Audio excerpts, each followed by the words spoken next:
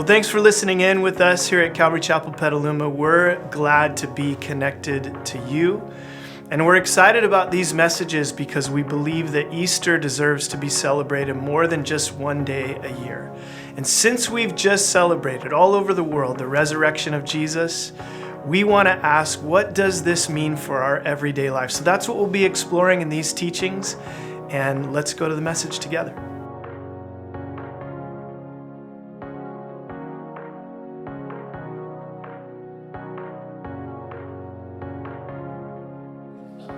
But I do, before we open God's Word this morning, I wanted to let you know of something that's coming up in the month of June for our church, and especially for my little family of 6, the Vestnys clan.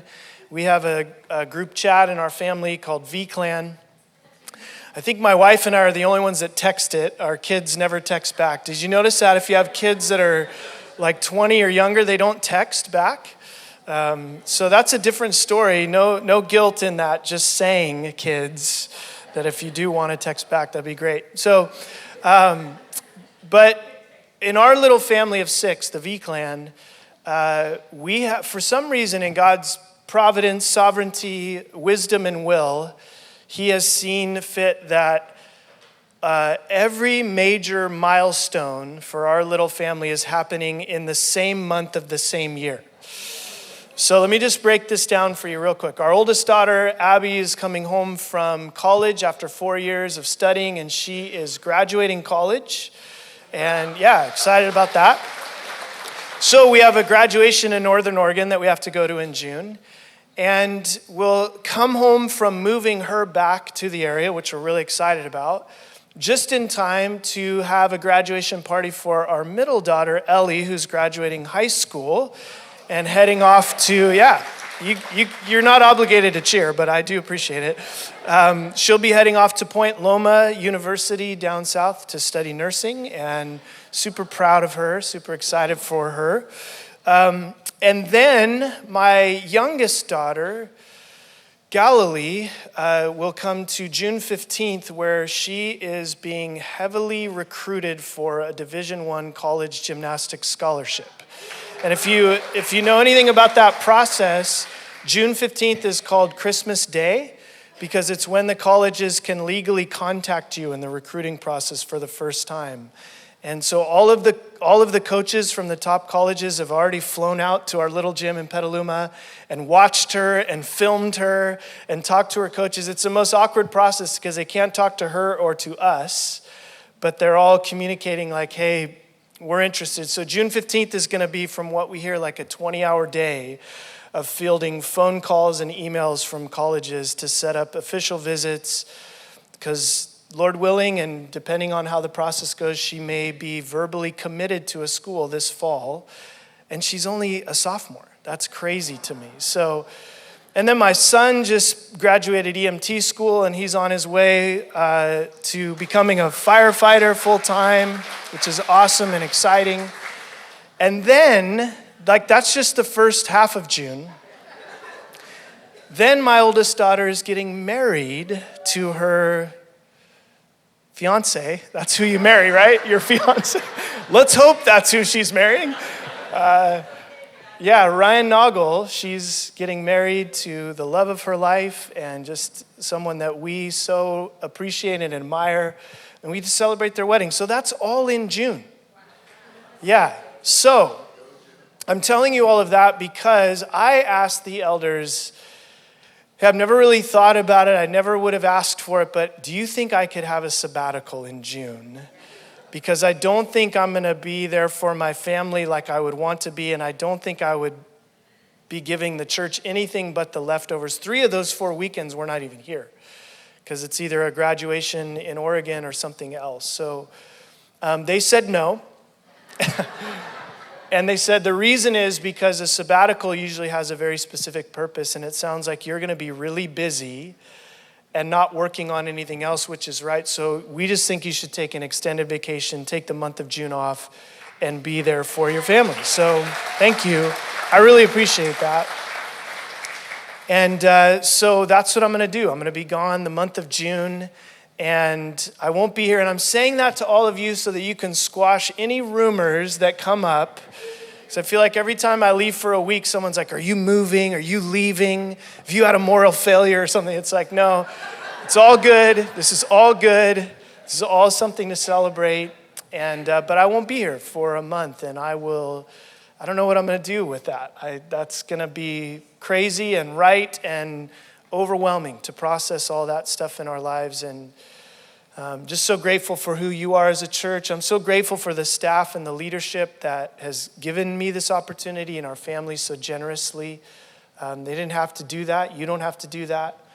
And I just want to invite you to keep doing what you're doing. Keep showing up and being the church, being the amazing church that you are. One of the things I'm so grateful for is I will have zero worry over the month of June because of the hands that you're in. I know the other pastors here are already preparing their messages, and we may have a few special guests along the way planned for you guys. So just keep coming and worshiping and being the light and being a part of this amazing church, and we will miss you a whole lot and really look forward to being back. But it's only May, so you got 4 more weeks that you got to put up with me, and then we'll get to June, and then we'll carry on from there. So I would really appreciate your prayers for my little family and all that God has for us. It's all incredible stuff to celebrate, but if I'm honest, it's a little bit overwhelming also. And so, yeah, thank you. I love you too.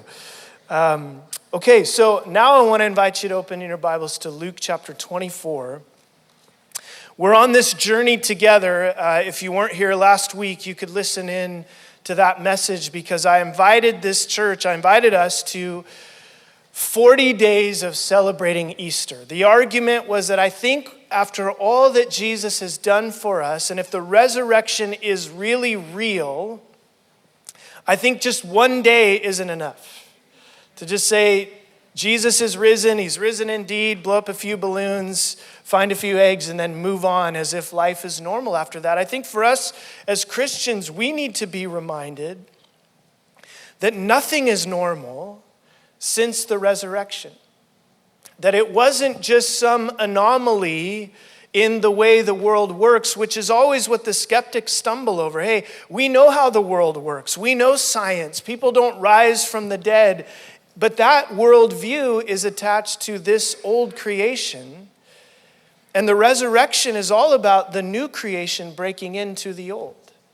And so it brings with it an entirely new set of possibilities, an entirely new worldview that Jesus is alive and that Jesus is Lord. And so we're trying to encourage each other. I'm trying to encourage myself and you how to keep this celebration going. In the words of N.T. Wright, how to implement Easter, not just celebrate it, how to be Easter people, so to speak. And so I think one of the best ways to celebrate, by the way, I'd love to hear how you're doing that. Some of you have shared your ideas, and I've loved the ideas that I'm hearing. Some of them are really simple, but full of possibility. And I think that's what New Life is all about. We talked about this again last week. Not about adding something new to the list, but infusing with New Life the things that we're already doing. And so if you have a great idea or are inspired, you can email me, zv@calvarypetaluma.org. And I'd love to hear. I'd love to hear how you're celebrating, what you're doing. I personally think one of the best ways to celebrate is to gather with people. I think we do that naturally at a birthday or on holidays. We gather our families, we gather our friends, we sit around tables, we share meals. It's such a great way to celebrate. And so I want to invite you, every Thursday, we have a staff lunch here upstairs. You can just come through the main doors, head upstairs towards the office. And we've been doing this since COVID. When we couldn't gather as a church, when we were trying to figure all that out, we didn't even know if we could work out of the office. So we would come together in our old building and eat outside just as a way to connect and see each other face to face. And that's just a tradition we've carried with us since 2020, where we just, as a staff and all the busyness of ministry and life, we come together every Thursday and have lunch together. And that's been an open invitation for years. A lot of you, some of you have come and joined us, and we love when you do. So this is your invitation. You can come join us any Thursday, 12 o'clock, for lunch. Here's the catch. We don't provide lunch, first of all, so bring your own lunch. But the other catch is there's always a question of the day, and you have to answer it. If you're sitting at the table, you have to answer the question. And if you're new and you've never been, usually the tradition is you have to bring the question. So it can be anything as silly as what's your favorite memory with bubble gum? That was one week. What's your favorite cheese? To some deep theological question. We've had it all over the years. But we'd love for you to come in. And the reason I'm bringing all of that up in part is because this last week we had a guest that was sitting with us, and this was the question. Do you think that our tattoos will bring them with us in our glorified bodies in the resurrection? And I have to say, I'm still stumped by that question. I've been thinking about it ever since. I have no idea. But it actually got me thinking, what about our scars? Do you think we'll have scars on our glorified bodies in the new creation? Some of you are looking at me like, what a weird question. Some of you are shaking your head vigorously, no. It really got me thinking because of this and other passages like it in Luke chapter 24, because one of the amazing features of the gospel story, specifically about the resurrection of Jesus, is that in the appearances of Jesus from the dead, there's all these kind of dramatic, interesting interactions that he has with his disciples or others. But one of the things, I don't know if you've read all the ends of the Gospels, Matthew, Mark, and Luke, and John, they all sort of have a similar feature that no one recognizes Jesus when he's risen from the dead. Like starting with Mary, she's there in the garden and Jesus is talking to her and she just thinks it's the gardener. Do you remember that? Or we're here in Luke 24. We're not going to read this story, but right before the part that we're going to read is the story of the two men on the road to Emmaus who are walking. They're on this 7-mile journey away from Jerusalem, and Jesus sort of sneaks up on the road with them and says, hey, what are you guys talking about? And they're like, well, haven't you heard? Everyone's talking about it. Jesus, the one that we hoped would rescue Israel, that would restore our hope, was crucified. And now we're giving up on that hope. But the thing that's shocking about that story is they're walking, they're talking with Jesus. He even gives them a Bible study about the whole Old Testament. And even though later on they realized, man, our hearts were burning in us when he was talking, but still they didn't recognize who he was. It's consistently part of the story, and we wonder why. How did they not recognize Jesus? And in almost every story, not all of them, but almost all of them, there's one specific thing that Jesus does to open their eyes so that they recognize him. And Thomas, you guys all know the story of Doubting Thomas, who gets the nickname Doubting Thomas because when everybody else is telling him that Jesus is risen from the dead and they've seen him, Thomas is like, I don't believe it. I'm not going to believe it unless I put my hands in his wounds. And Jesus appears to Thomas at the end of John's gospel and invites him to do just that. But as we read the end of Luke, here's the interesting thing. It's not just Thomas. Thomas gets the rap, right? Doubting Thomas. They all doubted. None of them believed. And even when Jesus appears, none of them can even really grasp or comprehend what's happening. Look with me at Luke 24, verse 36. As they were talking about these things, Jesus himself stood among them and said to them, peace to you. But they were startled and frightened, and they thought they saw a spirit. And he said to them, why are you troubled, and why do doubts arise in your heart? See my hands and my feet, that it is I myself. Touch me and see. For a spirit does not have flesh and bones, as you see that I have. And when he had said this, he showed them his hands and his feet. And while they still disbelieved for joy and were marveling, he said, have you anything here to eat? And they gave him a piece of broiled fish, and he took it and ate it before them. I don't know if you guys remember that guy one time that yelled out in church that Jesus was a vegan. You just have to turn him to Luke 24. You see him eating fish. It's not true. Anyways, these guys were really confused because they can't believe what they're seeing. And their assumption at best is we're seeing a ghost, a spirit. And Jesus is like, no, I have a body. You can touch my body. And he shows them specifically his hands and his feet.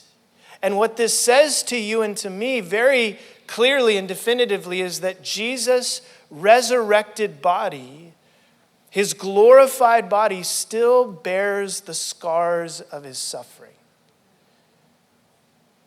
Which is just amazing to think about. Why would God leave those scars? Why wouldn't they be perfected? And I don't know. I don't know what the answer is. I don't know if our scars are going to make it in our glorified bodies, because this is one significant difference. Jesus' scars are the signs and tell the stories of his work of redemption to save us. Our scars and suffering are not always that meaningful, right? I have a scar on my elbow here. That's from crashing on my rollerblades when I was in 7th grade. Some of you, I just gained cool points because you know that I'm a rollerblader. Some of you, I lost a lot of cool points. It doesn't matter. It happened. I have the scar to show it. Not a meaningful scar. So I don't know if all of our scars will make it. But it's interesting because Augustine actually was thinking about this and writing about this in his book, City of God. And it was at a time where supposedly the debate or the leading theory is that in the resurrection, because Jesus is risen, we're all going to be raised in our 33-year-old prime of our life supermodel self. That was the theory. And yeah, some of you are excited about that. Augustine, sorry to break this to you, said probably not. His theory was that some of the marks of imperfection will still be with us in the resurrection, but somehow they will be transformed so that everything in our story that made us who we are will be preserved and in some way glorified to tell of his glorious grace. So again, I don't know if rollerblading stories will make it in, but I think of what Paul says in Galatians when he says, I bear in my body the wounds of Jesus. Paul, who was beaten and shipwrecked and stoned for the sake of the gospel, Paul almost seems to be saying, I hope these marks go with me because they tell of the stories of God's faithfulness in my life. Here's what I do know. In Revelation, ever since in chapter 5, Jesus is introduced as the King of Heaven, as the Lamb who has been slain.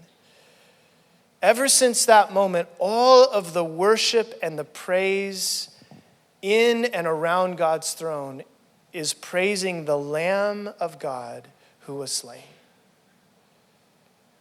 Apparently, there's something glorious that remains in the resurrected body for all eternity of the scars of Jesus. And I wonder if for you and for me it'll be similar. I don't know.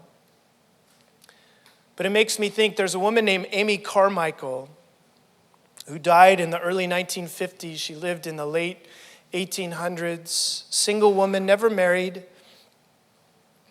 Was captivated by the gospel and a certain man named Hudson Taylor who talked about the missionary endeavors of his day to China, and she was moved to go and to give her life in India in the 1920s, rescuing hundreds of abandoned children, especially little girls that had been dedicated to the sexual temple rituals of the Hindu gods. And so she lived this incredible life, but through it experienced a lot of pain, a lot of suffering, had scars along the way. Even up until 1931, when one day she prayed, God, please do whatever you want with my life. Do anything that will help me to serve you better. And as she was walking across the road, she fell and suffered injuries that would keep her bedridden for the remainder of her life. She twisted her ankle, broke her leg, and twisted her spine. And so for 20 years, she was bedridden and continued to operate her ministry from her bedside, and in some ways became more prolific in those years than any other time in her life. But it was in that time that she wrote this poem, Hast Thou No Scar? Here's how it goes. She says, Hast thou no scar? No hidden scar on foot or side or hand? I hear thee sung as mighty in the land. I hear them hail thy bright ascendant star. Hast thou no scar? Hast thou no wound? Yet I was wounded by the archers spent, leaned me against a tree to die, and rent by ravening beasts that compassed me, I swooned. Hast thou no wound? No wound, no scar? Yet as the master shall the servant be, and pierced are the feet that follow me, but thine are whole. Can he have followed far who has no wound nor scar? I don't know if you can hear what she's saying in that poem, but essentially she's saying, can we really say that we have served Jesus in the way that he's called us to, that we have willingly laid down our lives for him who died and was raised for us, if there's no scar, if there's no wound? Aren't these the things that tell of the glories of his grace in our lives? I love that story of Amy Carmichael, and I know that there are many people here in this church that carry similar stories of the grace of God. And this morning, I want to do something a little bit different. I want to invite someone who's a part of our church to come up and share her story of God's grace in her life and the way that he met her in just the darkest of times. And I hope that it'll be a great testimony to the life-changing grace of a risen Savior that we worship today. So would you welcome Janine Fuller as she comes up and shares with us this morning.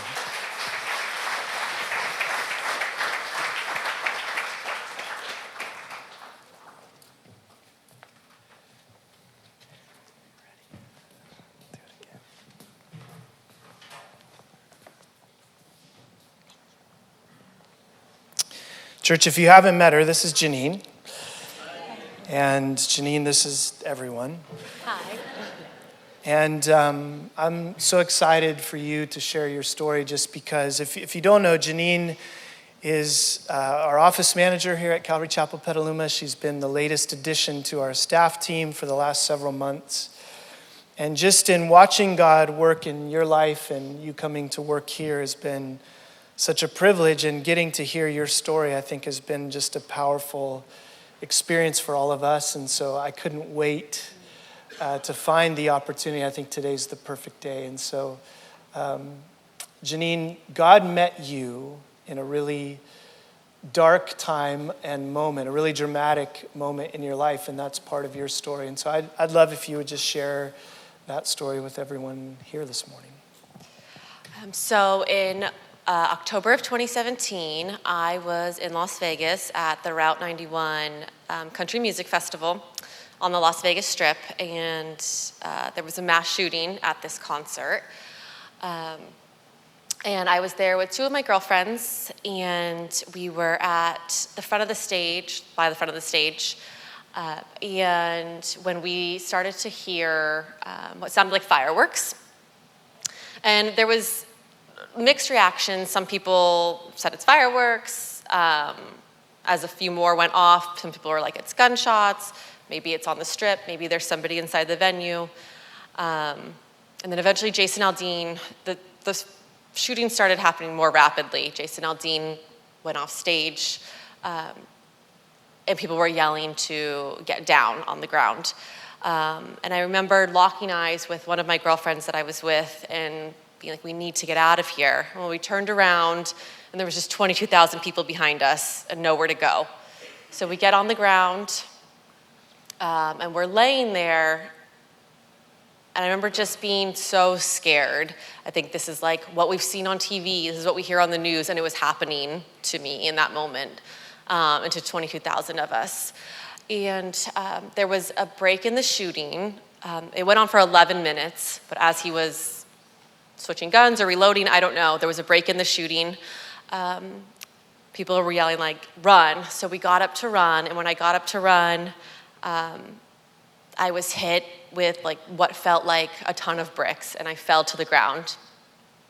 And I couldn't get up, and I reached my back, and I had been shot. I was shot, and it went in my back, through my chest, and punctured my lung. So my lung collapsed, and so I had a hemopneumothorax. My pleural space was filling with blood and air, which puts pressure. You can't get air or oxygen to your organs, so eventually, if he's not treated, can turn into cardiac arrest and you die.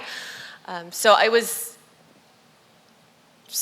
laying there just terrified, and just knowing that it hurt to breathe. I couldn't breathe. My 2 girlfriends were trying to pick me up and run with me, but people are being trampled, people are being shot. In all, I think around like 400 people were shot that night. So we're just watching people fall around us and die. And I was so scared, but in the midst of it, I felt a presence with me. I felt God with me. And I had cried out to him. I'm just saying, God, like, if you're real, if you're here, like, please, I'm not ready.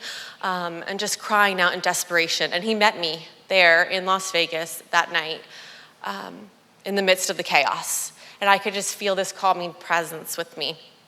So I'm on the ground, and a man who was very large, he was like 6'5", thought I had just fallen, so he came to help me up off the ground, and then he realized I had been shot.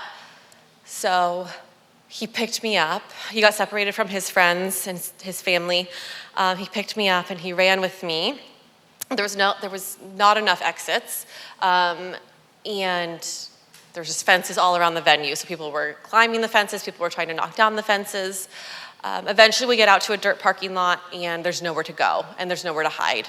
And the shooting is still going on at this point. So we're hiding. We eventually are behind a vacant ambulance. The paramedics, everyone had run inside. All first responders were trying to get inside to help people.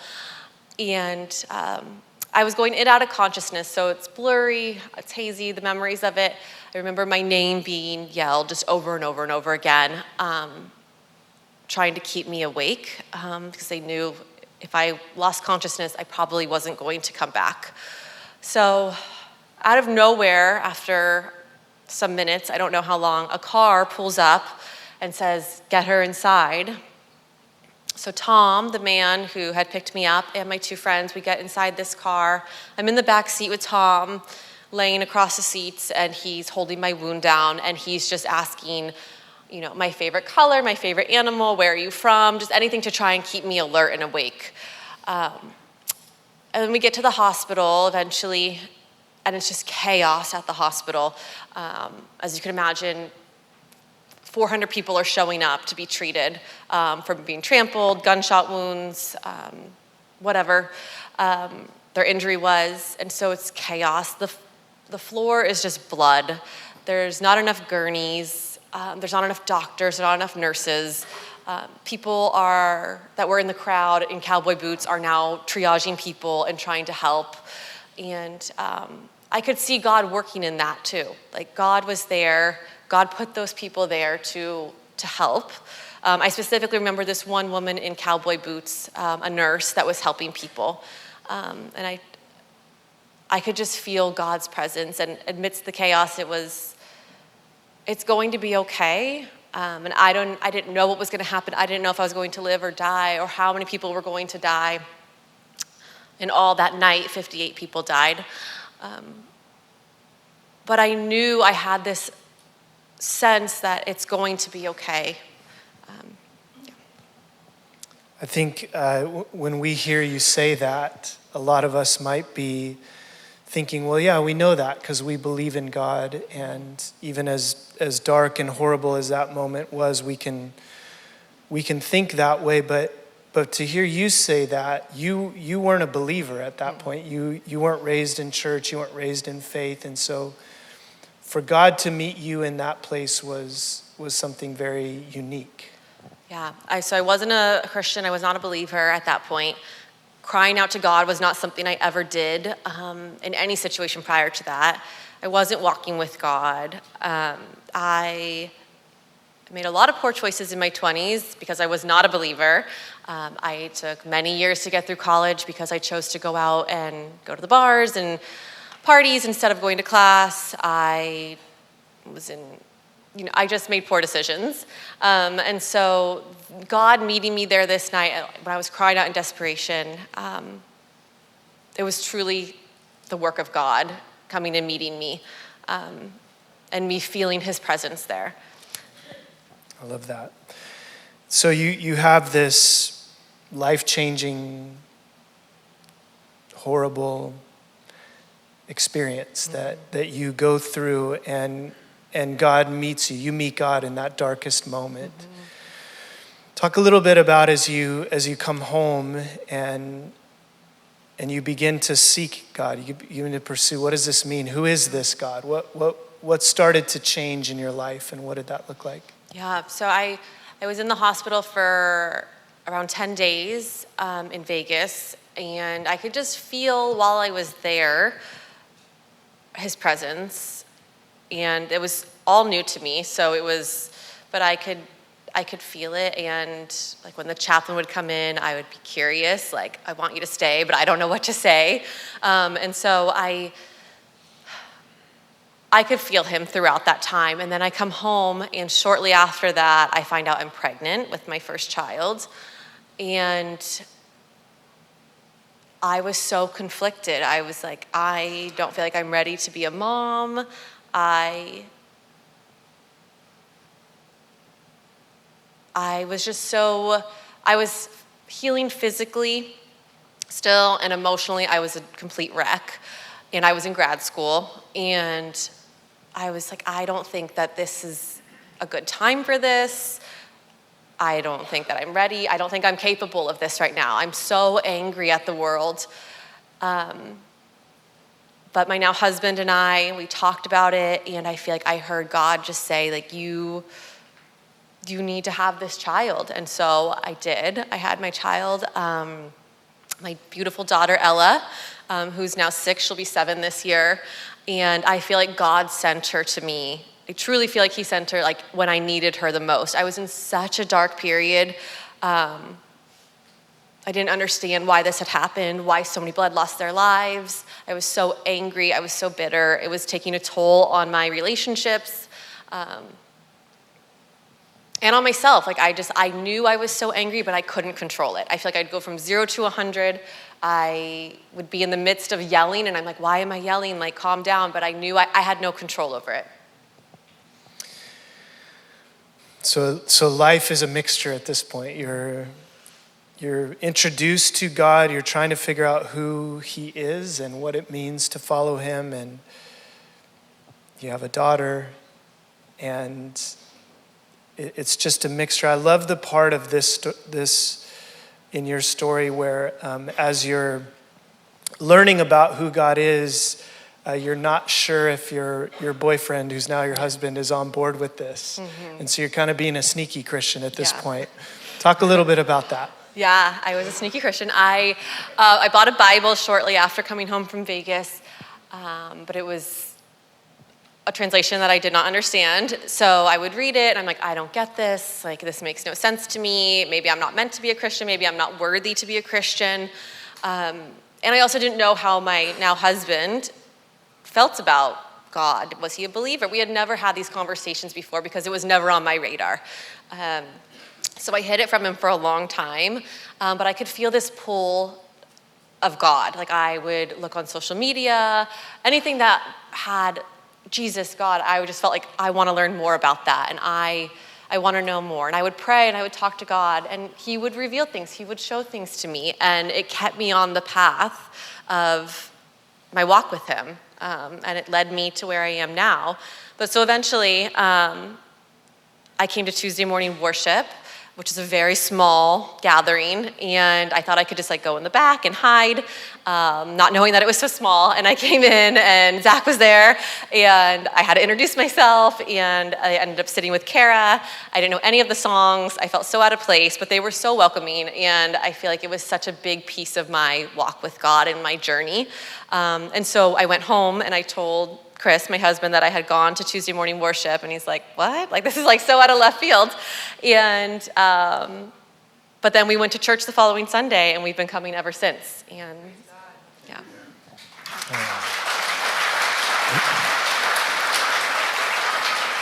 So at that point, there's kind of these two things. You're growing closer to God, understanding who he is, but you have this kind of uncontrollable anger. And that's when God, at some point, did a really powerful work in your life with that anger and regarding forgiveness. I'd love for you to share that with. Yeah. So even as I'm walking with God and I'm learning more, like I'm still so angry. Like there's so much joy. I have a new baby. I have an amazing husband. I have a good job, I'm graduating grad school, but I still have this like anger that I could just feel, and this bitterness and this resentment at the world. And it was because I was hanging on so tightly to unforgiveness, and I knew I needed to forgive the person who had shot me, and I was holding on to it for many reasons. I felt like if I forgave, then I was saying what he did was okay, which it wasn't. I felt like if I forgave him, I wasn't honoring the 58 people that died, or the many other that have committed suicide sins, or now have substance use disorders. I felt like I wasn't honoring them if I said it, I forgive this person. But as my walk continued with God, I understood like he commands us to forgive. And I knew I had to do it. So it was a process. I prayed a lot about it. I was in the Word. And I just talking to God and acknowledging and honoring the things that he's commanded us to do. And eventually I forgave. And I forgive this man that shot me, and I gave it to God. And it's between him and God. And I trust God with everything in my life. So I had to trust that this person's dead, but he stood before God, or he'll stand before God. And that's between him and God, and I have to trust and give it to him.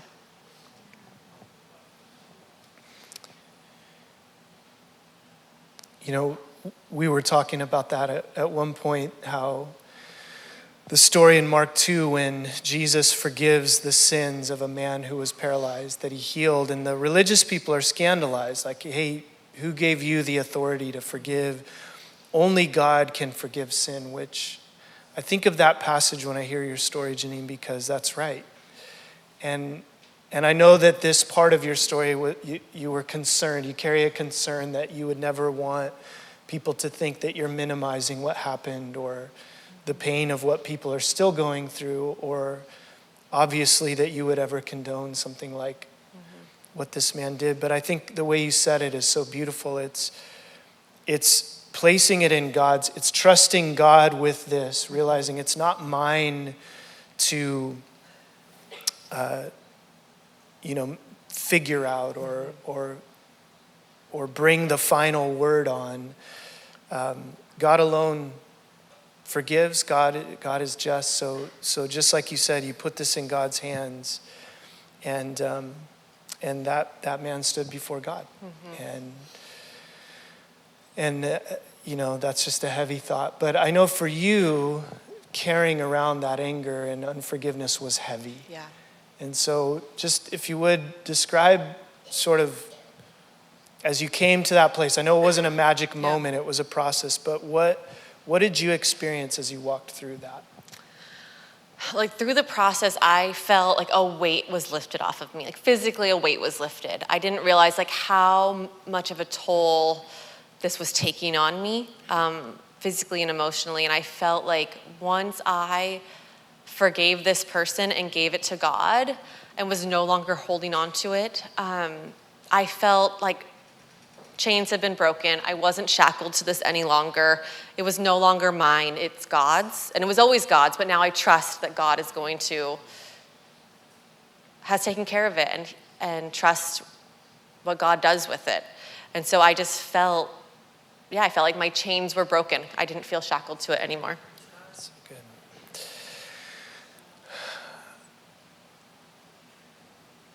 In just a minute, we're gonna take communion together, church. And so, just in light of this testimony, the story connected to the scars that you still have, Janine, and the way that it gives God glory for the work that he's done in your life. Just knowing that we're about to take this bread and this cup together, you've shared your story, and I'm really grateful for the courage and for saying yes, because you didn't have to. And I feel like you've honored all of us today with trusting us with your story, and so thank you. But I know you've shared your story. I'd love to give you the opportunity. What do you hope that people hear today in hearing part of your story? What do you hope that someone might take away, those of us that are hearing this? My hope is that if you need to forgive yourself, that you would forgive yourself because God has forgiven you, and you would just remember that. And if you need to forgive somebody else, that you would hear the message of giving it to God is so freeing, and that you can trust God with it, that we can trust God with anything, and you can trust God by forgiving somebody and giving it to him. And also just the overall message, like God loves you. I think we're really hard on ourselves, but God gave us forgiveness, and I know it's hard, but that's my big message, is just forgiving. And forgiving others is just, it's hard. I don't want to minimize it and say that it's something easy, and it's a process, or it was a process for me.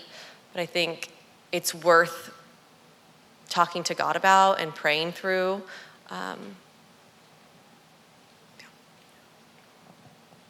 Thank you, Janine.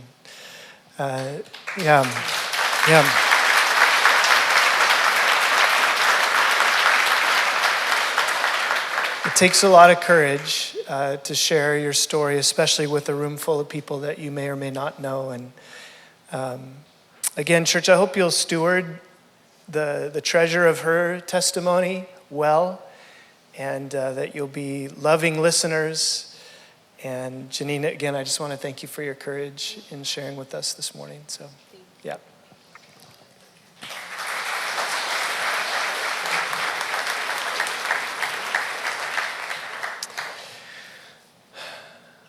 Well, I think that is the perfect testimony to lead us to the table this morning. And so I'm going to ask the team to come and begin to pass out the bread and the cup. And you know, as we receive these emblems of the love of Christ, his body broken for us and his blood poured out, I want you to consider and think on the things that Janine just shared with us. That God really does love you.